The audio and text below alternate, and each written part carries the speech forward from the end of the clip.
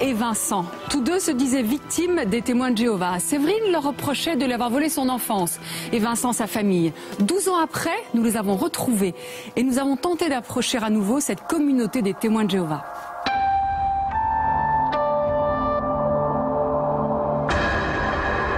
Il y a 12 ans, nous nous étions intéressés à cette communauté des témoins de Jéhovah. Ils nous avaient ouvert les portes de leur lieu de culte appelé Salle du Royaume.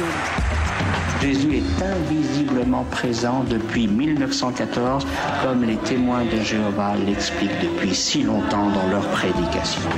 Ils n'avaient qu'un seul Dieu et un seul livre, la Bible. De porte en porte, les prédicateurs devaient annoncer la fin du monde pour sauver les convertis. Quant aux autres... Quant aux méchants, ils seront retranchés de la terre et les traîtres, eux, en seront arrachés.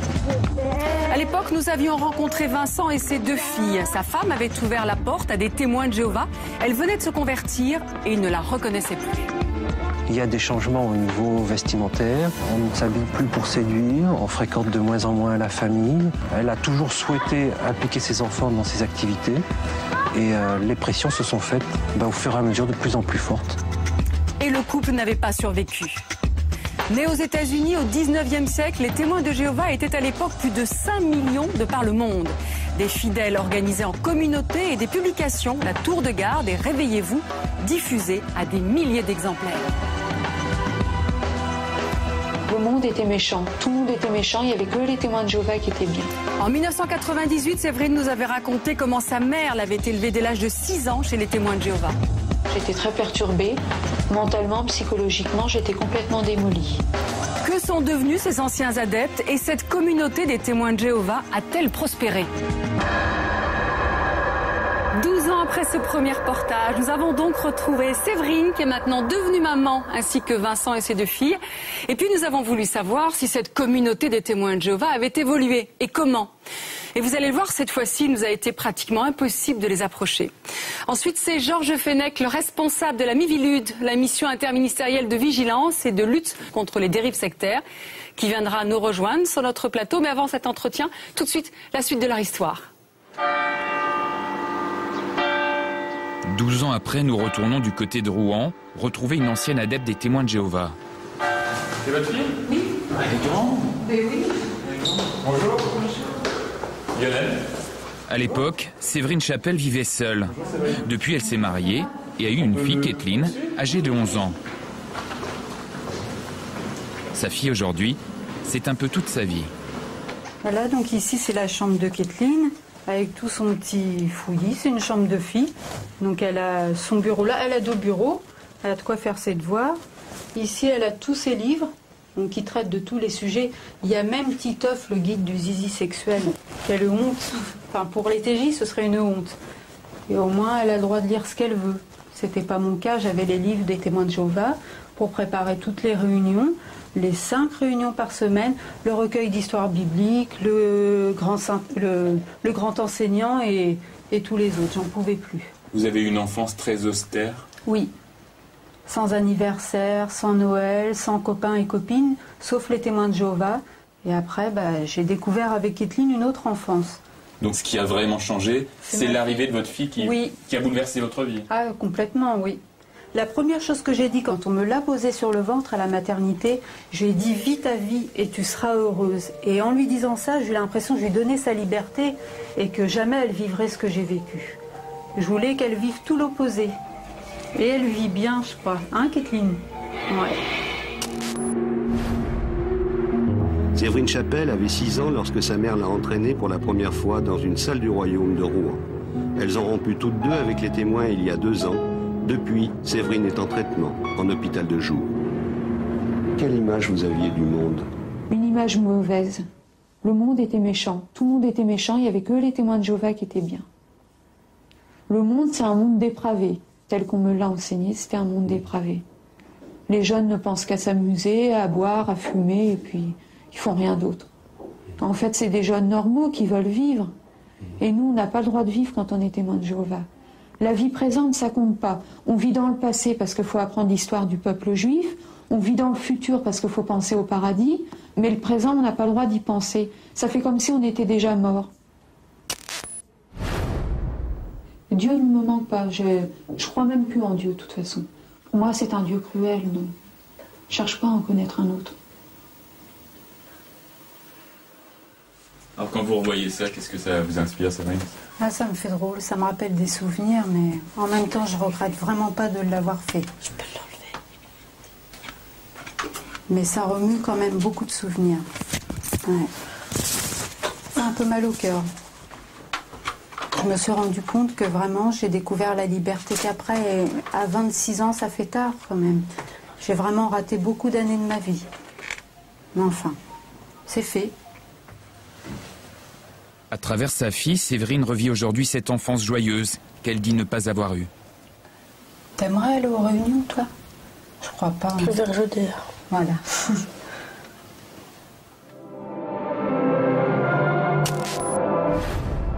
Séverine Chapelle était membre de cette immense communauté de chrétiens, les Témoins de Jéhovah.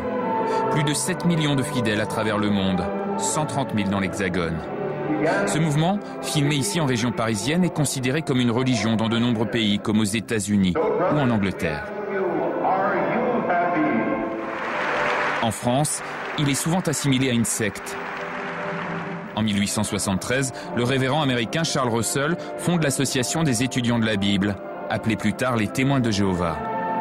Basée aux États-Unis, elle se caractérise par un devoir de prosélytisme, son rejet de la vie politique et la croyance en une fin du monde imminente. L'Apocalypse, l'Armageddon, est annoncé plusieurs fois, en 1914, 1925 et 1930. Leur revue, La Tour de Garde, est diffusée dans une centaine de langues, à 39 millions d'exemplaires.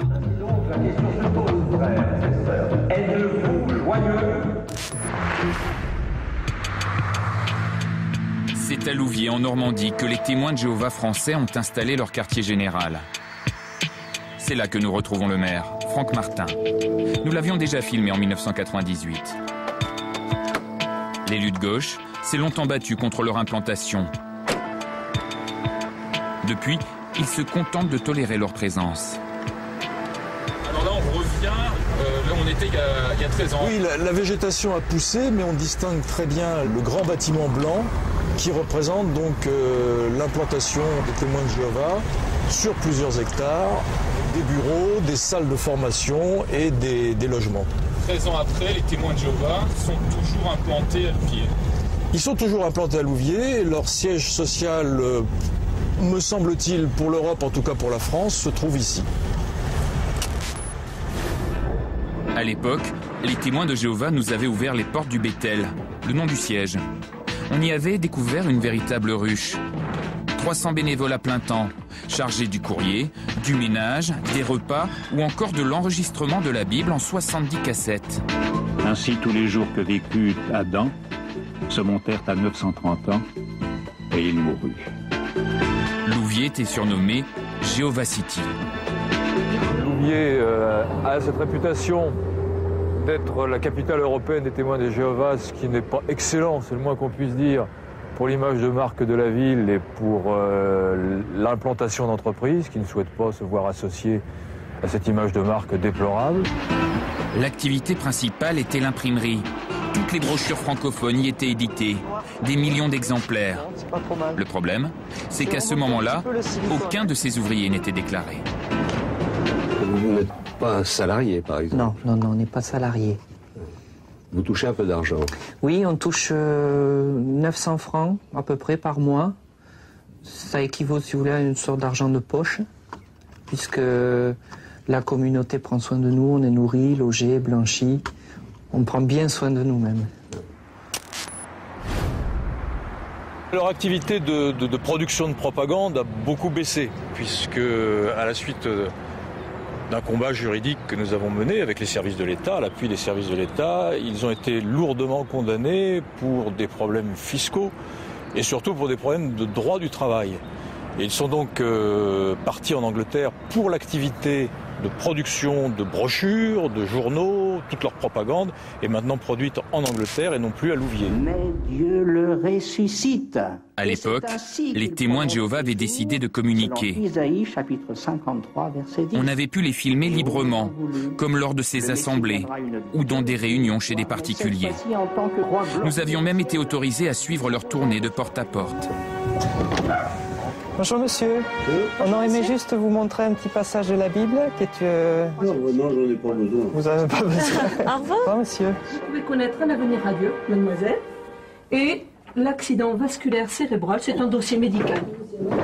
Épinglés comme secte dans un rapport parlementaire de 1995, les témoins de Jéhovah avaient voulu jouer la transparence. 12 ans après, le changement est radical. Les témoins de Jéhovah se sont refermés sur eux-mêmes et refusent de nous accueillir à Louviers. Le site aujourd'hui ne s'occuperait plus que de la formation de ses cadres, quelques milliers de stagiaires chaque année. Ces stagiaires, nous essayons quand même de les rencontrer. On nous conseille de venir au marché où tous les samedis ils tiennent un stand. Sur ce présentoir, un indice, une fausse piste, ce sont des évangélistes. Ils sont où ?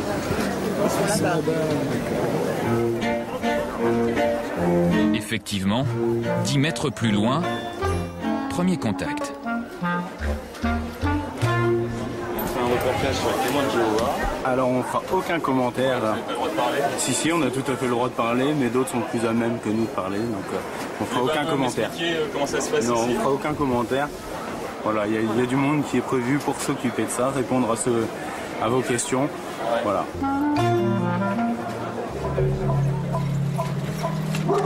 On a bien essayé de trouver du monde au siège pour répondre à nos nombreuses questions. Mais cette fois, 12 ans après notre premier reportage, nous restons plantés devant les grilles.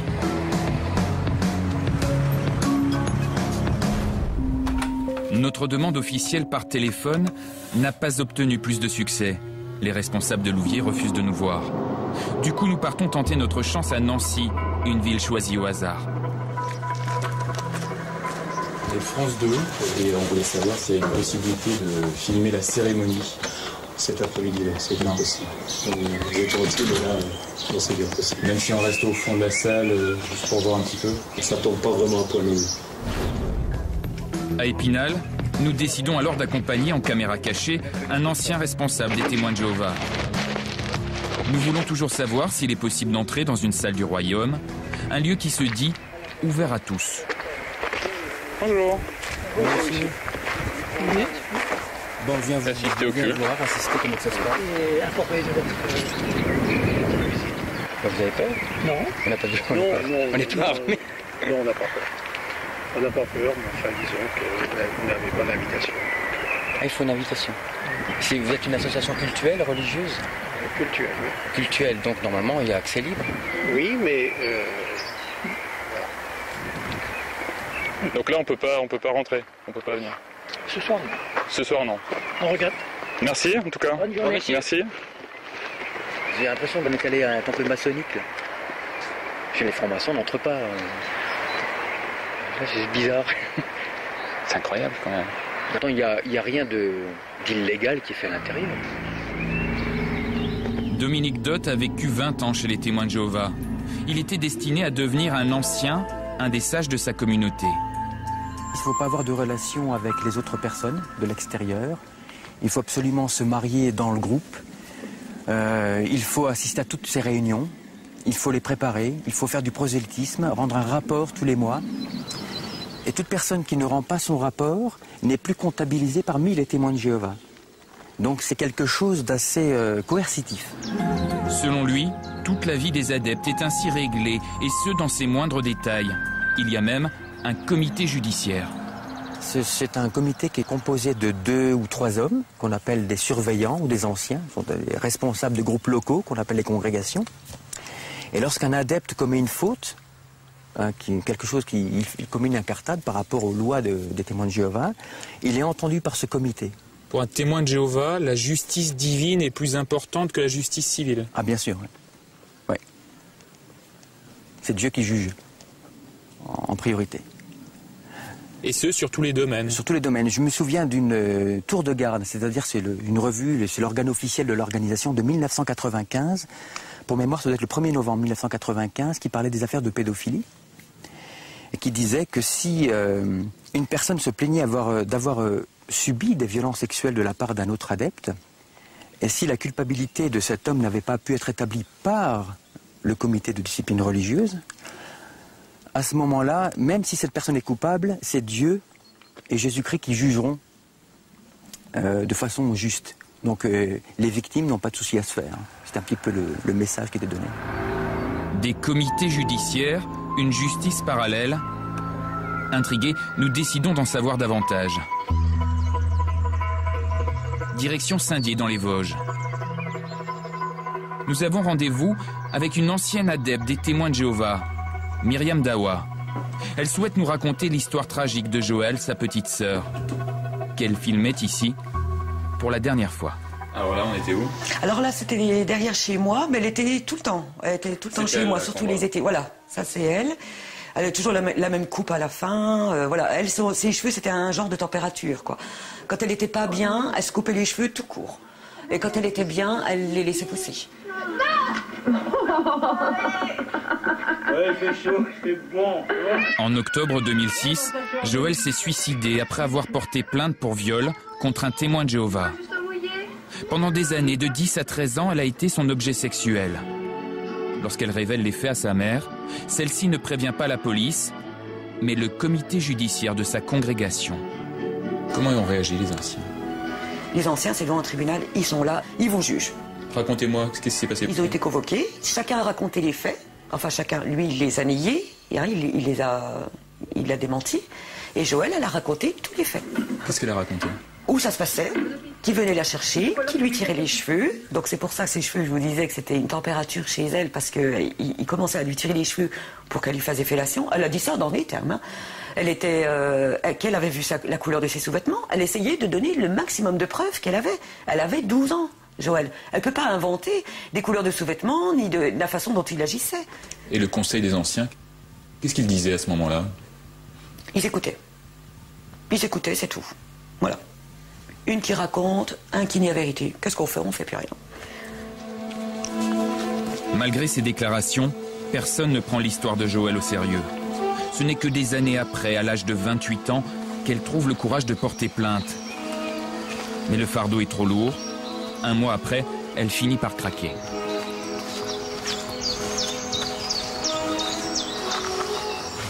C'est là?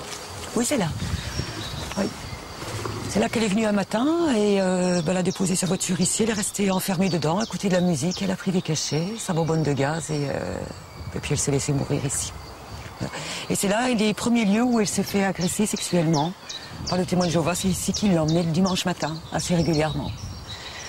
Donc je pense qu'elle a voulu donner une dernière preuve à la justice, aux hommes, pour dire, voilà, c'est là que ça s'est passé, c'est là que je termine. La sœur de Myriam n'a laissé aucun mot derrière elle. Mais peu de temps avant de mourir, elle avait indiqué à sa sœur ces endroits en ville où elle avait subi des viols lors de tournées de prédication. Donc, ça choquait personne, un adulte et un enfant, pour faire du porte-à-porte? Bah non, non. Non, parce qu'on était... c'est une éducation, en fait. Hein, il y avait l'éducation des parents, mais il y avait aussi l'éducation religieuse, donc pourquoi pas? Même à 10 ans, ou à 5 ans, ou à 6 ans... Comme c'est les témoins de Jéhovah... c'est témoins de Jéhovah, il n'y a rien à craindre. Exactement, exactement. Donc non, ça choquait pas. Pourtant, la sœur de Myriam avait évoqué au comité judiciaire des anciens ces endroits obscurs. Décrit en détail ces combles poussiéreux. Les témoins de Jéhovah ont tout écrit, mais n'ont jamais dénoncé. Ils ont tout écrit, jamais dénoncé à la police. Et jamais poussé ma mère à le faire. Jamais. Et ils n'ont jamais émis de regrets par rapport à ça? Jamais, même pas maintenant. Même pas maintenant. Ma mère un peu plus, mais eux, non, pas de regret. Il y a eu quand même suicide, il y a eu quand même mort d'homme, mais pas de regret, aucun. Pourquoi le comité judiciaire n'a pas dénoncé les faits aux autorités? Pourquoi a-t-il attendu 2006 pour exclure le violeur présumé? À la salle du royaume de Saint-Dié, personne ne parle.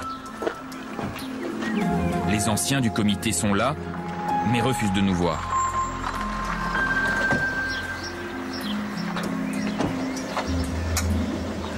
Il n'y a aucun responsable finalement qui peut nous parler, parce qu'on avait posé la question. Excusez-moi, c'était juste... On avait demandé à un responsable pour nous...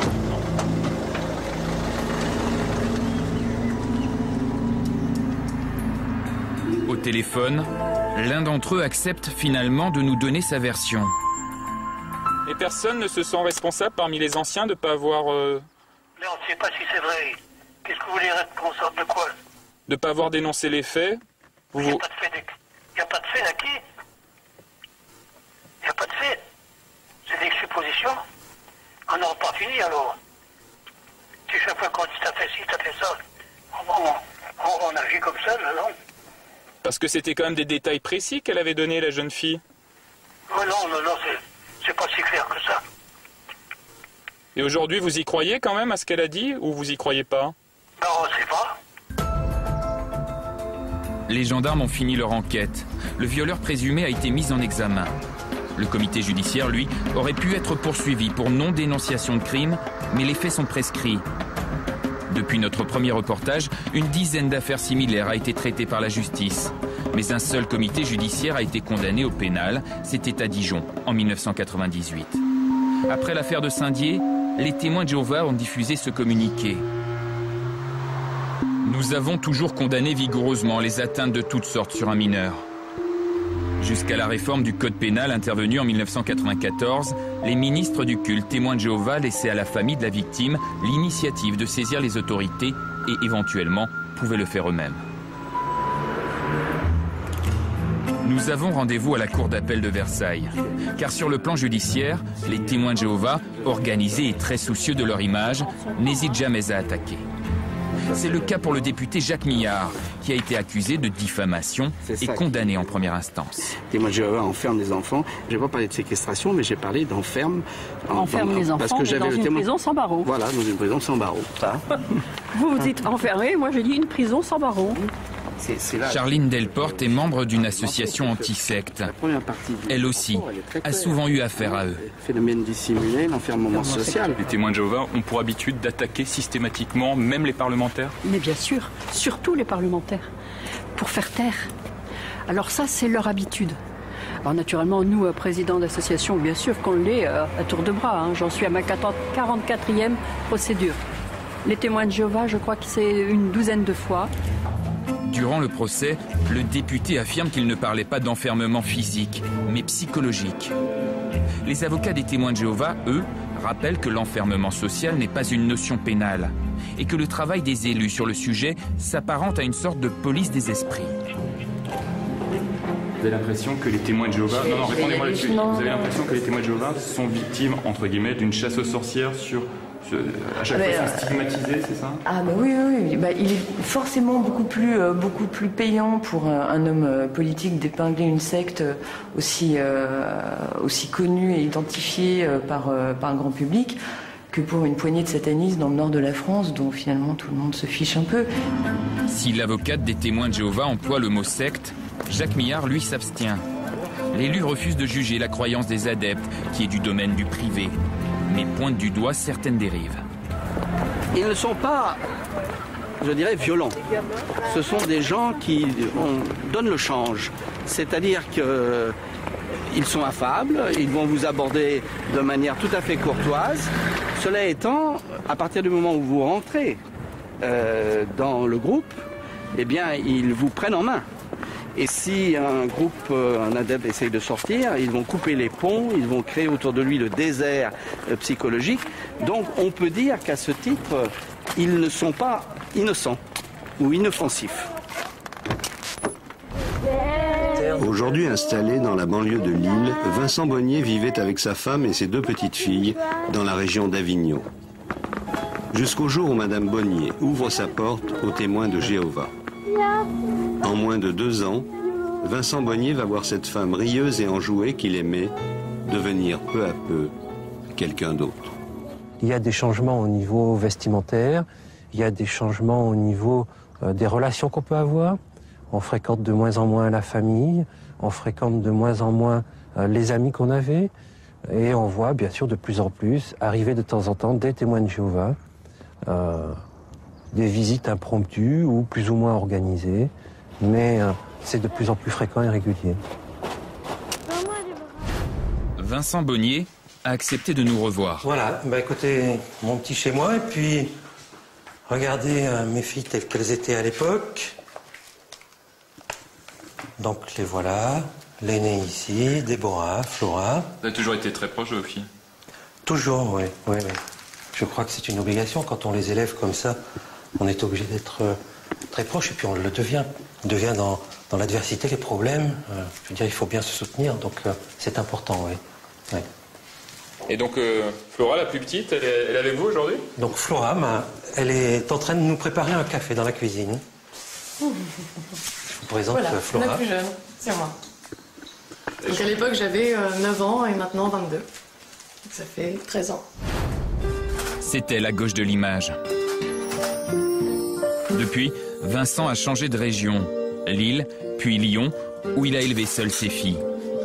Aujourd'hui, Déborah, qui n'a pas pu venir, tient un commerce. Quant à Flora, elle suit des études de communication. La famille Bonnier n'avait pas revu le reportage depuis des années.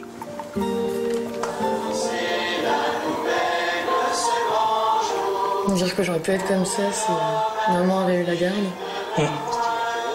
Actuellement, les filles de Vincent ne voient plus leur mère. Alors elle, maintenant, elle est totalement dans les témoins de Jéhovah. Son mari est témoin de Jéhovah, tous ses amis témoins de Jéhovah. Elle ne voit plus sa famille non plus. Donc elle est totalement intégrée dedans. S'il n'y avait plus les témoins de Jéhovah, pour elle, si elle se faisait exclure parce qu'elle faisait une entorse à leur règlement, elle serait seule au monde. Et elle a toujours essayé de nous faire entrer dans les témoins de Jéhovah, nous dire que si on n'était pas dedans, de toute façon, au moment de l'apocalypse, il y aurait nous on mourrait, quoi. Ça serait ça le problème. Et elle disait, au moins ta sœur et toi vous serez sauvés. Votre père non, mais ta sœur et toi vous serez sauvés, quoi. C'était vraiment une image forte à laquelle je pensais chaque fois que ma mère me parlait de sa secte, quoi. C'était complètement traumatisant, mais vraiment. Ce sont eux qui nous ont poussés à nous entraîner. Lors du premier reportage, nous avions interrogé la grande sœur de Flora. Mais sa mère s'était opposée à la diffusion de son témoignage. Aujourd'hui, ses filles sont majeures et nous ont donné leur accord. Quand tu étais avec elle, est-ce qu'elle t'emmenait chez les témoins de Jéhovah? Elle t'emmenait à la salle du royaume? Ouais, elle me faisait l'étude de la Bible. Et qu'est-ce que tu en pensais? Au début, ça me dérangeait pas, après, si. Et puis après?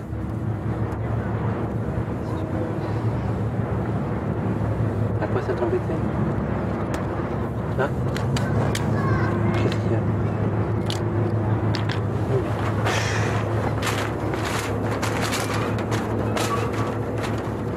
C'est encore difficile pour elle d'en parler. Ouais.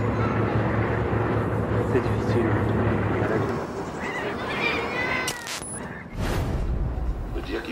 12 ans après, la mère de Déborah et de Flora n'a pas changé d'avis. Elle a exprimé plusieurs fois cette idée-là à des personnes de ma famille en leur disant si un jour je dois choisir entre ma religion, ce qu'elle appelle sa religion, et mes enfants, mon choix c'est ma religion. Donc ça a toujours été très clair dans sa tête. Je veux dire, pour ça, dès le départ, elle n'a pas changé et c'est toujours ça. J'éprouve énormément de haine contre les témoins de Jéhovah, toujours. Moi, je me suis vraiment sentie agressée par les témoins de Jéhovah toute mon enfance, quoi. Toujours revenir, même au mariage de ma mère. C'était il y a quelque chose comme 4 ans. Eux étaient là et essayaient de me faire rentrer dans les témoins de Jéhovah, quoi. J'ai pas eu une minute de répit. Pour les détracteurs des témoins de Jéhovah, ces coupures familiales sont symptomatiques de la dérive sectaire du mouvement. Mais il y a un autre point qui pose problème, le refus de la transfusion sanguine. Les témoins de Jéhovah ont toujours interdiction de se faire transfuser. Un adepte qui enfreint cette loi doit se retirer de sa congrégation, il sera détruit à la fin du monde.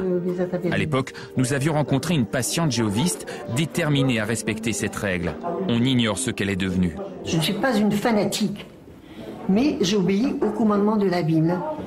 Vous voyez, j'accepte du sang. Moi, j'accepte du sang, je perds quelque chose de merveilleux, c'est-à-dire une vie éternelle dans un paradis. Cette lecture littérale de la Bible reste toujours valable. Les témoins de Jéhovah qui citent les évangiles doivent s'abstenir de sang. Des adeptes décèdent ainsi chaque année. Comme cet adolescent de 15 ans, mort en mai dernier, dont l'histoire a fait la une de la presse anglaise après avoir refusé une transfusion. Ces dernières années, les témoins de Jéhovah investissent la sphère médicale, comme à Barcelone, où se tient le congrès de l'association NATA. Depuis 11 ans, cette association de scientifiques réputés cherche des alternatives à la transfusion sanguine. Des laboratoires pharmaceutiques sont également présents dans les allées du congrès. Des labos, mais pas seulement. Nous découvrons un stand qui, lui, n'a rien de médical, celui des témoins de Jéhovah. Pourquoi participez-vous à ce congrès? Bien, ici nous sommes très intéressés par toutes les alternatives à la transfusion sanguine. Et sur ce stand, nous présentons toutes les solutions pour l'éviter. Nous avons aussi ces dossiers qui expliquent nos stratégies pour éviter la transfusion, contrôler par exemple les hémorragies et les anémies. C'est pour ça que nous sommes très intéressés par ce genre de congrès. Ces adeptes nous expliquent qu'ils ont payé pour être présents ici. Cela leur permet de diffuser leurs idées directement auprès des médecins, d'être au plus près des dernières avancées scientifiques. Et pour communiquer, ils ne lésinent pas sur les moyens. Ça c'est le DVD. Il y a une première partie pour le public en général, une deuxième partie pour les avocats et le juge, et une troisième partie pour le médecin. C'est un DVD scientifique. C'est fait, oui, c'est en DVD fait par le témoin Jéhovah et dirigé. On parle avec des scientifiques, des professeurs qui sont en train de faire ces techniques, développer les techniques. Ce documentaire explique par exemple aux médecins de manière assez sommaire comment réduire les saignements lors d'une opération ou comment récupérer le sang du patient et le lui réinjecter. Parmi ces professeurs filmés par les témoins de Jéhovah, on trouve plusieurs membres de NATA, dont le président en personne, Philippe van der Linden, ici en habit de chirurgien. Compte tenu de son potentiel pour améliorer les soins donnés aux patients et pour limiter les dépenses, l'épargne sanguine n'est plus une option, c'est une nécessité. Pour le médecin belge, ce film était à l'époque un excellent moyen de diffuser largement l'information sur ces alternatives. Ça vous a gêné que ce soit les témoins de Jéhovah qui produisent ça ou pas du tout? Je dirais que ça m'a gêné dans le sens que nous n'étions pas capables de le faire par nous-mêmes, que nous avions besoin d'un groupe qui prête à critique pour effectivement avoir les moyens financiers pour faire cette diffusion de l'information médicale. Et aujourd'hui, vous avez l'impression que finalement vous avez été un peu manipulé ou... De nouveau, on est 10 ans plus tard. Je dirais à refaire. Étant donné les problèmes que ça a soulevés, je prendrai une approche différente. Ce DVD a été diffusé en France à 10 000 exemplaires. Entre 2004 et 2005, il a été envoyé à des cliniques, hôpitaux et praticiens. L'Ordre national des médecins avait été choqué par la méthode. Vous l'aviez vu ce DVD à l'époque? En 2004, oui. Quelle a été votre première réaction? La première réaction était la même qu'aujourd'hui, et ce qui était la position officielle et de l'Académie de médecine et du Conseil national de l'Ordre, c'est que ce n'est pas un document scientifique. On part de situations, je dirais quasiment anecdotiques, de situations particulières où l'on peut effectivement économiser des transfusions de sang. Mais ce n'est pas pour autant que la transfusion de sang est un mal en soi, ce n'est pas pour autant que la transfusion doit être proscrite lorsqu'il y en a besoin dans une situation d'urgence, lorsque la vie de la personne est en danger. Refus de la transfusion sanguine, rejet de la vie sociale et politique, rupture familiale. 12 ans après notre premier reportage, les témoins de Jéhovah suscitent toujours autant d'interrogations. Séverine Chapelle, elle, ne se pose plus de questions. Alors finalement, comment vous l'avez trouvé, le monde? Ben, je l'ai trouvé bien, moi, le monde. Puis j'ai trouvé des gens sympas. Si tu gagnes trop, je joue quand même.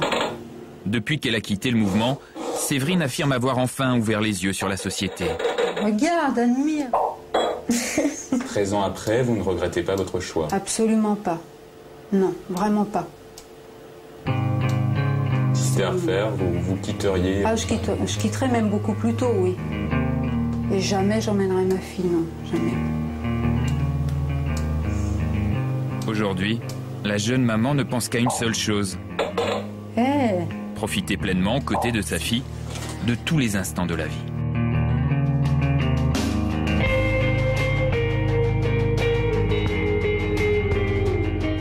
Georges Fenech, bonjour. Bonjour. Vous êtes à la tête de la MIVILUD, de la mission interministérielle de vigilance et de lutte contre les dérives sectaires. Alors ce qui frappe dans la suite de ce reportage, c'est tout d'abord la communication des témoins de Jéhovah. Il y a 10 ans, notre équipe de reporters avait pu filmer facilement les réunions, les porte-à-porte. Aujourd'hui, tout cela a été totalement impossible. Nous n'avons même pas pu interroger les témoins de Jéhovah. Nous les avons bien sûr sollicités, mais ils ont souhaité avoir un droit de visionnage pour que nous puissions les interroger, ce qui évidemment pour nous n'était pas négociable. Est-ce que vous avez aussi senti, vous, une différence de communication, une évolution dans la communication depuis 12 ans ? Mais qu'est-ce que c'est que la liberté d'un culte ? C'est de pouvoir accéder librement au lieu de culte. Et moi, ce qui me frappe aussi dans ce reportage, c'est cette espèce de repli sur soi qui n'existait pas il y a quelques années.